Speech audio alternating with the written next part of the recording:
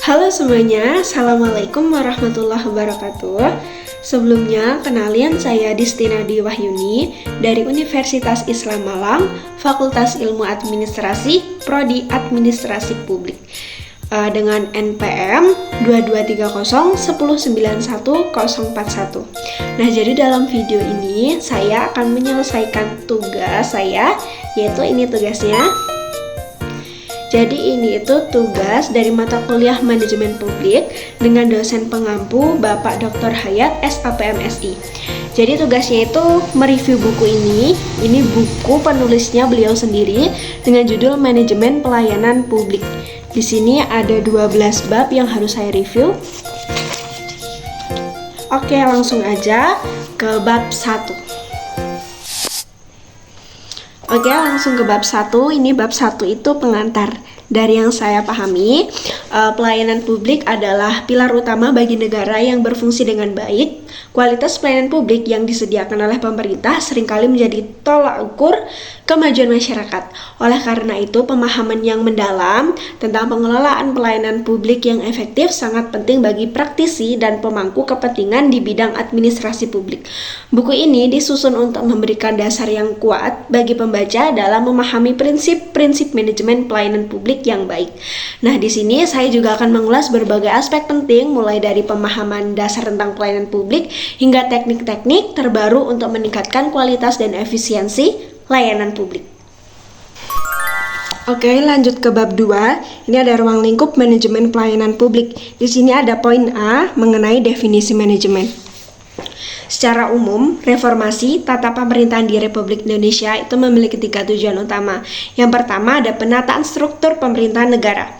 Upaya untuk merancang kembali struktur dan fungsi lembaga-lembaga pemerintahan agar lebih efisien dan efektif. Yang kedua ada desentralisasi pemerintahan untuk meningkatkan keterlibatan daerah dalam pengambilan keputusan dan pengelolaan sumber daya.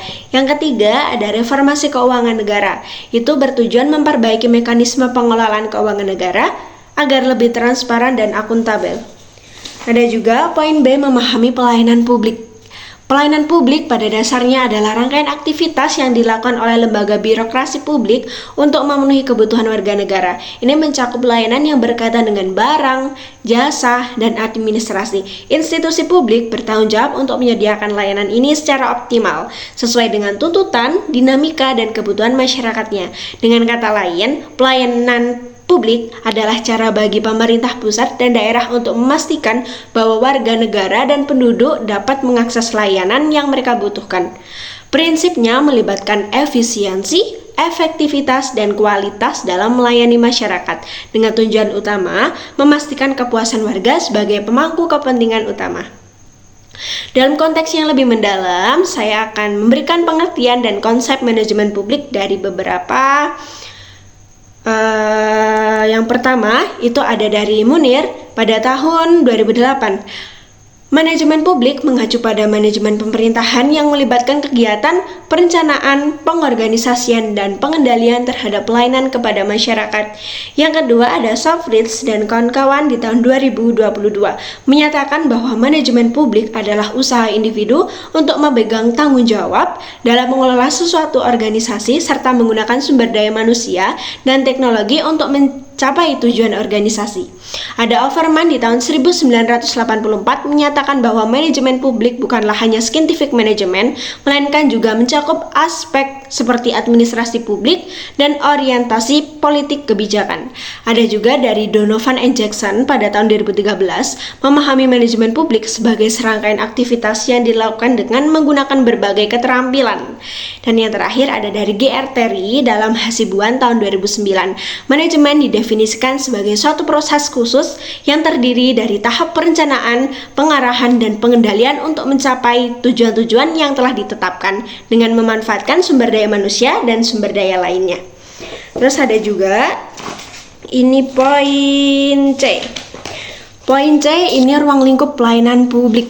Di mana ruang lingkup pelayanan publik ini, yang pertama itu ada pelayanan barang publik yang melibatkan penyediaan barang atau fasilitas yang dapat dinikmati oleh masyarakat secara umum seperti air bersih, listrik, dan transportasi pelayanan barang publik yang merujuk pada layanan yang disediakan oleh pemerintah atau lembaga negara untuk memenuhi kebutuhan masyarakat secara umum.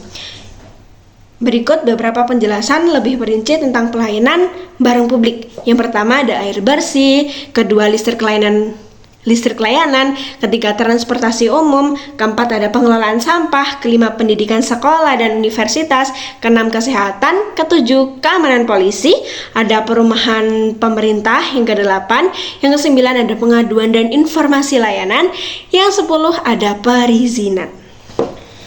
Baik, lanjut ke bab 3, dasar hukum dan regulasi pelayanan publik. Di poin A ada hukum pelayanan publik di Indonesia. Jadi pemerintah bertanggung jawab menyediakan pelayanan publik sebagai bagian dari fungsi pengelolaan terhadap kehidupan bermasyarakat. Pelayanan publik tersebut mencakup berbagai layanan yang diberikan oleh sektor publik yang diselenggarakan oleh aparat pemerintah baik dalam bentuk barang maupun jasa, sesuai dengan kebutuhan masyarakat dan sesuai dengan peraturan hukum yang berlaku. Dalam konteks ini, setiap lembaga pemerintah itu memiliki peran yang signifikan dalam memberikan layanan bagi warga negaranya. Ada poin B, dasar hukum pelayanan publik. Pada Undang-Undang Nomor 25 Tahun 2009 tentang pelayanan merundang ini menetapkan standar pelayanan termasuk aspek publik yang mengatur hak dan tanggung jawab negara dalam memberikan layanan kepada warga negara dan penduduk. Hukum persyaratan sistem biaya dan jaminan pelayanan dalam Undang-Undang Nomor 25 Tahun 2009 tentang pelayanan publik pasal 4 menjelaskan prinsip-prinsip pelayanan publik yang setidaknya harus meliputi: yang pertama itu ada kepentingan umum, kedua kapasitas hukum, ketiga kesamaan hak, keempat keseimbangan hak dan kewajiban, kelima keprofesionalan, keenam persamaan kelakuan atau tidak diskriminatif, yang ketujuh ada keterbukaan, kedelapan partisipatif, kesembilan akuntabilitas, 10 fasilitas dan perlakuan khusus bagi kelompok, 11 tepat waktu, 12 kecepatan, kemudahan, keterjangkauan. Di poin terakhir ada poin C tentang regulasi pelayanan publik. Jadi regulasi dalam pelayanan publik seringkali didefinisikan sebagai kerangka hukum dan aturan yang mengatur penyelenggaraan layanan oleh pemerintah atau institusi publik agar terpenuhinya kebutuhan warga negara. Lanjut ke bab 4, ini ada prinsip-prinsip pelayanan publik. Jadi ada beberapa prinsip umum dalam pelayanan publik. Yang pertama itu ada kesederhanaan prinsip. Ini menekankan pentingnya proses dan prosedur pelayanan yang harus sederhana dan mudah dipahami oleh masyarakat. Hal ini bertujuan untuk memudahkan masyarakat dalam mengakses. Yang kedua ada kejelasan prinsip. Ini menuntut agar informasi tentang pelayanan harus jelas dan mudah dipengerti. Hal ini bertujuan untuk memastikan masyarakat paham dan mengerti. Yang ketiga ada kepastian waktu. Waktu yang dibutuhkan untuk mendapatkan pelayanan harus jelas dan dapat diprediksi. Keempat ada akurasi pelayanan harus akurat dan sama dengan kebutuhan masyarakatnya. Yang kelima ada keamanan proses pelayanan harus aman dan melindungi privasi pengguna. Keenam ada tanggung jawab. Penyelenggara pelayanan harus bertanggung jawab atas kualitas pelayanan yang diberikan. Yang ketujuh ada kelengkapan sarana dan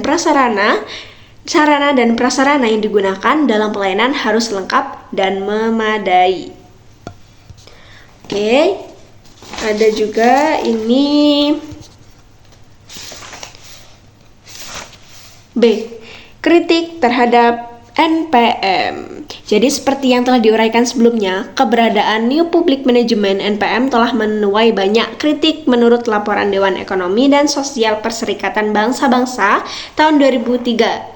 Yang signifikan antara kekuatan pasar dan kepentingan publik menjadi salah satu pemicu utama. Kekuatan pasar tidak selalu mampu memenuhi kepentingan publik dan seringkali masyarakat tidak terlibat secara aktif dalam proses penentuan perencanaan pengawasan dan evaluasi kebijakan pemerintah.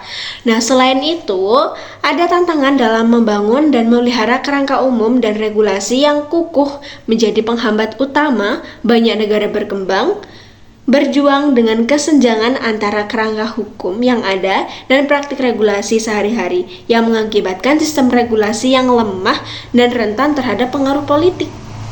Terus ada juga C. New Public Service. New Public Service atau NPS adalah suatu ide yang muncul pada tahun 1990-an sebagai konsepsi baru dalam administrasi publik yang mencerminkan perubahan paradigma dalam perencanaan dan operasi organisasi publik. Pendekatan NPS menekankan kerjasama partisipasi masyarakat dan pemberdayaan warga dalam mengelola pemerintahan, demokrasi, kesetaraan sosial, dan kepentingan bersama dengan maksud untuk meningkatkan keterlibatan dan pertanggungjawaban serta merupakan akar dari konsep pelayanan publik. Ini dimaksudkan agar dapat lebih efektif dalam memenuhi kebutuhan masyarakatnya. Terus ada juga di poin terakhir, tantangan NPS. Berikut adalah tantangan dan peluang yang dihadapi dalam pengelolaan New Public Service. Pertama ada keamanan siber, yang kedua ada kesenjangan digital, terus ada manajemen data, keterlibatan warga, aksesibilitas layanan, pengembangan tenaga kerja, inovasi, transparansi dan akuntabilitas, tata kelola kolaboratif, dan 10 organisasi. Lanjut bab 5 tentang kualitas pelayanan publik. Penyelenggara pelayanan publik yang sering disebut sebagai pemerintah negara memegang peran penting dalam dua fungsi utama yang menjadi dasar bagi negara. Yang pertama itu ada fungsi regulasi dan kedua ada fungsi pelayanan. Fungsi regulasi biasanya terkait dengan esensi negara modern sebagai sebuah negara hukum di mana pemerintah memiliki kapasitas untuk membuat dan menegakkan peraturan, undang-undang serta kebijakan yang bertujuan untuk mempertahankan stabilitas dan ketertiban dalam masyarakat. Sementara itu, fungsi pelayanan cenderung terkait dengan konsep negara sebagai negara kesejahteraan. Menurut Kamus Besar Bahasa Indonesia, pelayanan memiliki 3 makna, yaitu pertama ada perihal atau cara melayani, kedua ada usaha melayani kebutuhan orang lain dengan memperoleh imbalan, ketiga ada kemudahan yang diberikan sehubungan jual beli barang atau jasa. Pelayanan pada dasarnya adalah aktivitas yang dilakukan oleh seseorang, kelompok, atau organisasi, baik secara langsung maupun tidak langsung untuk memenuhi kebutuhan. Menurut Munir tahun 2013, pelayanan adalah proses pemenuhan kebutuhan melalui tindakan orang lain secara langsung. Adapun menurut Menteri Pendayagunaan Aparatur Negara tahun 1993 yang menyatakan pelayanan yang berkaitan dengan barang atau jasa dalam rangka upaya pemenuhan kebutuhan masyarakat. Lebih luas lagi, pelayanan publik merupakan konsep yang mencakup berbagai jenis layanan yang disediakan oleh pemerintah dan hak-hak masyarakat. Layanan ini dapat berupa barang maupun jasa yang mencakup berbagai sektor kehidupan seperti kesehatan, pendidikan, transportasi, dan keamanan. Layanan tersebut disediakan oleh lembaga pemerintah di berbagai tingkat mulai dari nasional, regional, hingga BUMN atau BUMD. Lanjut bab 6 tentang pelayanan prima. Pelayanan publik adalah komponen vital dalam kehidupan bermasyarakat yang mencakup berbagai aspek kehidupan, mulai dari pendidikan, kesehatan, transportasi, keamanan, hingga administrasi pemerintah. Pelayanan publik bukan hanya sekadar penyediaan barang dan jasa, tetapi juga merupakan upaya untuk memastikan hak-hak sipil seluruh warga negara terpenuhi. Dalam konteks negara, pelayanan publik adalah manifestasi dari tanggung jawab pemerintah untuk memenuhi kebutuhan dasar warga negara berdasarkan amanat Undang-Undang Dasar 1945 yang bertanggung jawab untuk memberikan pelayanan yang adil dan merata kepada seluruh rakyat guna mencapai kesejahteraan nasional. Ini mencakup akses terhadap pendidikan yang layak, layanan kesehatan yang memadai, infrastruktur yang baik, serta layanan administrasi yang efisien dan transparan. Pelayanan prima itu merujuk pada penyediaan layanan yang tidak hanya sangat baik tetapi juga memenuhi atau melampaui standar yang telah ditetapkan oleh instansi yang bertanggung jawab, memastikan bahwa setiap aspek pelayanan dilakukan dengan keunggulan tertinggi dan berorientasi pada kepuasan maksimal pengguna layanan. Ada istilah ini, excellent service, mencerminkan pelayanan yang mendekati kesempurnaan dan memberikan kepuasan kepada penerima layanan. Pelayanan dapat disebut prima ketika instansi yang memberikan layanan mampu memberikan kepuasan kepada pihak yang dilayani, bahkan jika belum ada standar pelayanan yang jelas. Konsep pelayanan prima memiliki 3 aspek utama. Yang pertama ada konsep sikap attitude, yang kedua ada konsep perhatian attention, yang ketiga ada konsep tindakan action. Lanjut ke bab 7, yaitu tentang permasalahan manajemen pelayanan publik.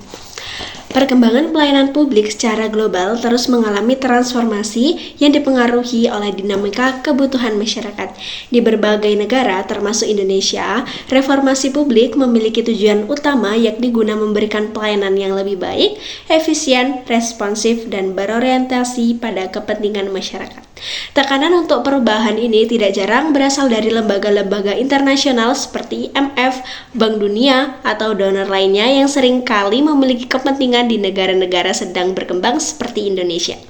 Ditemukan berbagai macam permasalahan dalam pelayanan publik yang jika disimpulkan dapat digolongkan menjadi beberapa hal utama. Yang pertama, adanya kurang responsif, kedua ada kurang informatif, ketiga ada kurang accessible, keempat ada kurang koordinasi, kelima ada birokratis, keenam ada kurang mendengar keluhan, saran, dan aspirasi, dan yang ketujuh inefisiensi.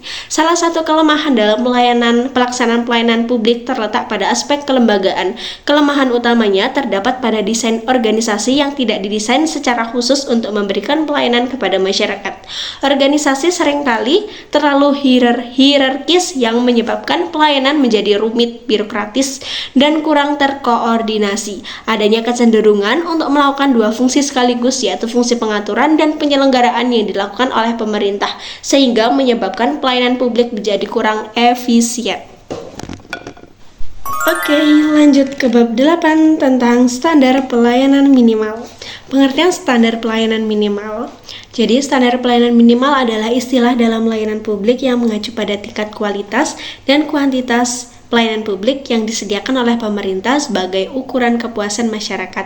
Nah, ada beberapa sumber yang telah menjelaskan konsep SPM sebagai berikut. Yang pertama ada berdasarkan pasal 1 ayat 27 Undang-Undang Nomor 23 Tahun 2014 tentang pemerintah daerah. Standar pelayanan minimal adalah peraturan yang menetapkan jenis dan kualitas layanan dasar yang merupakan kewajiban pemerintah yang harus diterima oleh setiap warga negara secara minimal. Yang kedua, ada menurut pasal 1 ayat 7 dari Undang-Undang Nomor 25 Tahun 2009 tentang pelayanan publik, standar pelayanan adalah suatu tolak ukur yang digunakan sebagai panduan penyelenggaraan layanan dan sebagai landasan untuk menilai kualitas layanan sebagai tanggung jawab dan komitmen dari penyelenggara terhadap masyarakat dengan tujuan untuk memberikan layanan yang berkualitas, mudah diakses, cepat, terjangkau, dan dapat diukur. Dan yang ketiga, menurut pasal 1 ayat 6 Peraturan Pemerintah Nomor 65 Tahun 2005 mengenai panduan penyusunan dan penerapan standar pelayanan minimal atau SPM, standar pelayanan minimal adalah peraturan yang menetapkan jenis dan kualitas. Ada juga implementasi adalah tahap di mana undang-undang diterapkan melibatkan kerjasama antara berbagai pihak, organisasi, prosedur, teknik untuk mengaktifkan kebijakan dan mencapai tujuannya.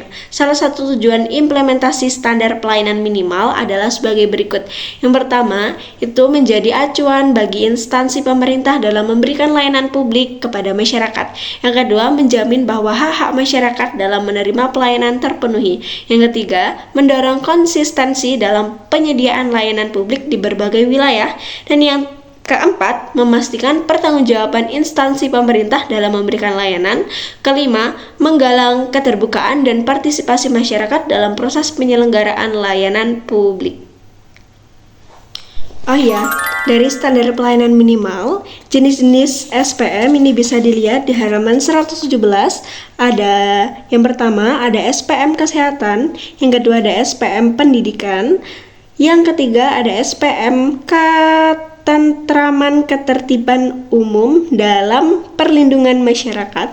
Yang keempat ada SPM sosial, kelima ada SPM perumahan rakyat, dan yang terakhir ada SPM pekerjaan umum. Ini dia. Oke, lanjut bab 9 tentang kinerja dan profesionalitas pelayanan publik. Keberhasilan kualitas pelayanan publik diukur dari kemampuannya dalam memenuhi kebutuhan masyarakat yang menggunakan layanan tersebut. Ini berarti bahwa kualitas pelayanan publik tidak hanya diukur berdasarkan proses yang sesuai dengan prosedur dan peraturan, tetapi juga dari hasil yang memberikan kepuasan kepada masyarakat yang dilayani. Konsep kepuasan pelanggan mengacu pada perasaan positif atau negatif seseorang setelah membandingkan kinerja suatu produk atau layanan dengan harapan yang dimilikinya. Ini menunjukkan bahwa tanggung jawab utama penyelenggara layanan atau instansi pelayanan adalah menciptakan prosedur dan hasil layanan yang dapat memenuhi ekspektasi pengguna.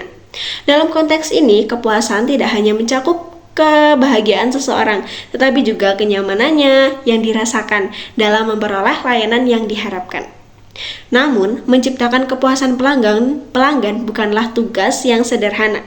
Ini melibatkan tingkat kompleksitas yang tinggi karena ekspektasi dan penilaian terhadap layanan dapat bervariasi di antara individu. Oleh karena itu, penyelenggara layanan harus mampu memahami dengan baik apa yang diinginkan oleh pengguna layanan atau masyarakat secara umum. Dengan pemahaman yang mendalam ini, mereka dapat merancang dan menyediakan layanan yang sesuai dengan kebutuhan serta harapan masyarakat. Pandangan yang disampaikan oleh Ciptono tahun 2005 yang menekankan 4 langkah yang perlu dilakukan oleh organisasi untuk mencapai dan mempertahankan kepuasan pelanggan. Pertama, mengidentifikasi siapa pelanggannya. Organisasi perlu mengetahui dengan jelas siapa pelanggan mereka agar dapat memahami kebutuhan dan preferensi mereka dengan lebih baik. Yang kedua, yaitu memahami tingkat harapan pelanggan atas kualitas. Organisasi harus memahami harapan pelanggan terhadap kualitas pelayanan yang mereka terima agar dapat menyesuaikan strategi mereka dengan kebutuhan pelanggan. Yang ketiga, yaitu ada memahami strategi kualitas layanan pelanggan. Organisasi perlu mengembangkan strategi yang berfokus pada peningkatan kualitas pelayanan sesuai dengan harapan pelanggan. Yang keempat, itu ada memahami siklus pengukuran dan umpan balik dari kepuasan pelanggan. Organisasi harus memiliki mekanisme untuk mengukur kepuasan pelanggan secara berkala dan menerima umpan balik dari mereka agar dapat melakukan perbaikan dan penyesuaian yang diperlukan. Lanjut bab 10 mengenai budaya etika dan kode etik dalam pelayanan publik. Konsep pelayanan publik dapat dipahami dalam dua pengertian yang berbeda, yaitu sempit dan luas. Dalam konteks sempit, pelayanan publik mengacu pada tindakan penyediaan barang dan jasa oleh pemerintah kepada masyarakat sebagai bagian dari tanggung jawabnya. Ini bisa meliputi layanan kesehatan, pendidikan, infrastruktur, dan sosial lainnya yang dapat disediakan langsung oleh pemerintah atau melalui kemitraan dengan sektor swasta dan masyarakat. Kunci dalam konsep ini adalah sistem penyampaian yang efektif dan efisien yang memastikan layanan dapat mencapai tujuan mereka secara maksimal. Di sisi lain, dalam arti luas, pelayanan publik lebih menekankan pada prinsip-prinsip administrasi publik yang berorientasi pada kepentingan masyarakat umum. Ini mencakup seluruh proses administratif seperti pembuatan kebijakan, desain organisasi, dan manajemen proses dengan tujuan memenuhi kebutuhan masyarakat secara holistik. Pemerintahan berperan sebagai agen yang bertanggung jawab untuk menyediakan pelayanan yang adil, transparan, dan akuntabel, serta responsif terhadap perubahan dan kebutuhan masyarakat. Konsep ini tidak hanya mencakup efisiensi dalam pengelolaan sumber daya publik, tetapi juga mempromosikan partisipasi publik dalam pengambilan keputusan yang mempengaruhi kehidupan mereka. Dengan demikian, baik dalam arti sempit maupun luas, pelayanan publik bertujuan untuk meningkatkan kesejahteraan masyarakat secara keseluruhan dengan fokus pada penyediaan layanan yang berkualitas dan dapat diandalkan bagi seluruh warga negara. Peranan etika dalam mewujudkan good governance. Pelayanan publik adalah tulang punggung administrasi pemerintahan yang berfungsi untuk memenuhi kebutuhan masyarakat. Namun, dalam praktiknya terdapat tantangan besar terkait dengan implementasi etika dalam penyelenggaraan pelayanan publik di masyarakat, termasuk Indonesia ini. Masalah utamanya meliputi kurangnya transparansi, kompleksitas prosedur, dan sikap pelayanan yang belum memadai dari aparaturnya. aparaturnya. Selain itu, pelanggaran moral dan etika juga menjadi isu serius yang dapat melemahkan integritas dan kepercayaan masyarakat terhadap pemerintahan. Kurangnya transparansi dalam pelayanan publik seringkali mengakibatkan rendahnya akuntabilitas dan responsivitas terhadap kebutuhan masyarakat. Prosedur yang rumit dan tidak fleksibel juga seringkali menjadi hambatan bagi masyarakat dalam mengakses layanan yang seharusnya mereka terima dengan mudah. Sikap aparaturnya yang kurang responsif dan terkadang tidak profesional dalam memberikan pelayanan juga turut memburuk citra pemerintahan dalam pandangan publik. Oke, lanjut ke bab 11. Ini tentang transparansi, akuntabilitas, responsibilitas, partisipasi publik, dan integrasi pelayanan publik. Yang pertama itu ada akuntabilitas. Akuntabilitas publik adalah pondasi etika yang mendasari administrasi publik dan pemerintahan. Konsep ini terkait erat dengan cara penyelenggaraan pemerintahan dilakukan oleh lembaga eksekutif, legislatif, dan yudikatif. Kesuksesan dalam penyelenggaraan pemerintahan sangat tergantung pada kemampuan ketiga lembaga ini tadi untuk menjalankan tugasnya sesuai dengan amanat yang dimiliki masing-masing dari perspektif administrasi publik dan kepemimpinan. Akuntabilitas publik mencakup pengetahuan dan pertanggungjawaban terhadap setiap tindakan, keputusan, dan kebijakan yang diambil, termasuk dalam lingkup peran dan posisi masing-masing individu. Ini berarti bahwa setiap aparat pemerintahan memiliki kewajiban untuk melaporkan, menjelaskan, dan mempertanggungjawabkan setiap tindakan sesuai dengan konsekuensinya. Yang selanjutnya ada transparansi. Transparansi menjadi semakin populer dalam evolusi peradaban manusia saat ini karena masyarakat menekankan pentingnya keterbukaan dan transparansi dalam penyelenggaraan pemerintahan. Pemerintahan yang kurang memprioritaskan keterbukaan dan transparansi dianggap tidak sesuai dengan prinsip-prinsip sistem pemerintahan yang baik dan ideal. Dalam konteks pelayanan publik, transparansi menjadi salah satu ciri khas dari good governance. Selanjutnya ada partisipasi masyarakat. Partisipasi masyarakat dalam penyelenggaraan pelayanan publik dalam konteks negara republik yang menekankan kesejahteraan masyarakat adalah sebuah prinsip yang telah lama ada. Pemerintah sebagai penyedia pelayanan publik memiliki tanggung jawab untuk memenuhi kebutuhan warga negara, dan layanan ini itu seharusnya dianggap sebagai hak yang didasarkan pada norma hukum yang jelas. Selanjutnya ada integritas. Integritas secara umum diartikan sebagai kesatuan atau keseluruhan. Dalam GA 2006, penulis secara spesifik menjelaskan bahwa integritas adalah prinsip hidup yang menekankan keselarasan dan keserasian antara pikiran, perasaan, dan tindakan yang sesuai dengan kebenaran. Menurut Supriyadi, konsep ini menegaskan bahwa meskipun seseorang bertindak sesuai dengan pikiran dan perasaannya, jika tidak sesuai dengan kebenaran atau jika bertentangan dengan kejahatan, maka itu tidak dapat disebut sebagai integritas. Oleh karena itu, prinsip kebenaran dalam pemikiran dan perasaan menjadi aspek penting dalam membentuk kehidupan manusia yang mencakup harmoni, keseimbangan, transparansi, kejujuran, dan kebenaran. Oke, sudah di bab yang paling terakhir yaitu bab 12 mengenai inovasi dalam pelayanan publik. Jadi, inovasi dalam pelayanan publik merupakan katalis yang mengubah wajah layanan yang disediakan oleh pemerintah. Ini bukan hanya tentang peningkatan kecepatan atau kualitas jaya, tetapi juga tentang transformasi cara pemerintah berinteraksi dengan warganya. Inovasi memungkinkan pemerintah untuk berpikir di luar kebiasaan, menciptakan solusi yang tidak hanya efektif tetapi juga inklusif dan berkelanjutan. Dengan memanfaatkan teknologi terkini, pemerintah dapat mengintegrasikan sistem yang mempermudah akses informasi dan layanan, mengurangi birokrasi dan meningkatkan transparansi. Misalnya, penggunaan aplikasi mobile untuk pendaftaran layanan kesehatan memungkinkan masyarakat untuk menghindari antrian panjang dan memperoleh layanan lebih cepat. Selain itu, analisis data besar dapat membantu pemerintah dalam mengidentifikasi tren dan kebutuhan masyarakatnya.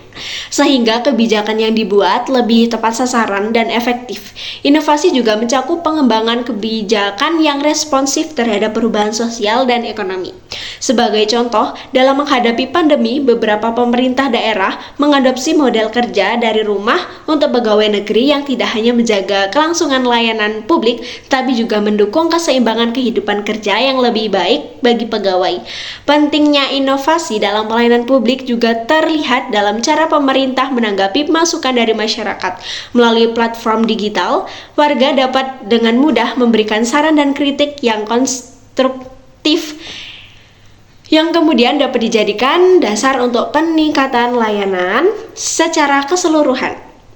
Inovasi dalam pelayanan publik adalah tentang menciptakan nilai tambah yang signifikan untuk masyarakat. Ini bukan hanya tentang mengadopsi teknologi baru, tetapi juga tentang membangun budaya yang mendukung perubahan positif dan berkelanjutan yang pada akhirnya akan meningkatkan kualitas hidup setiap individu di dalam masyarakat.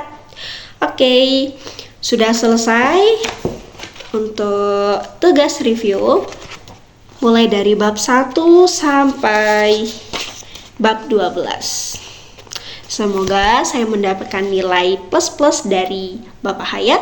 Oke, terima kasih. Saya akhiri. Mohon maaf jika ada salah atau kurang-kurang kata. Wabillahi taufik wal hidayah. Wassalamualaikum warahmatullahi wabarakatuh.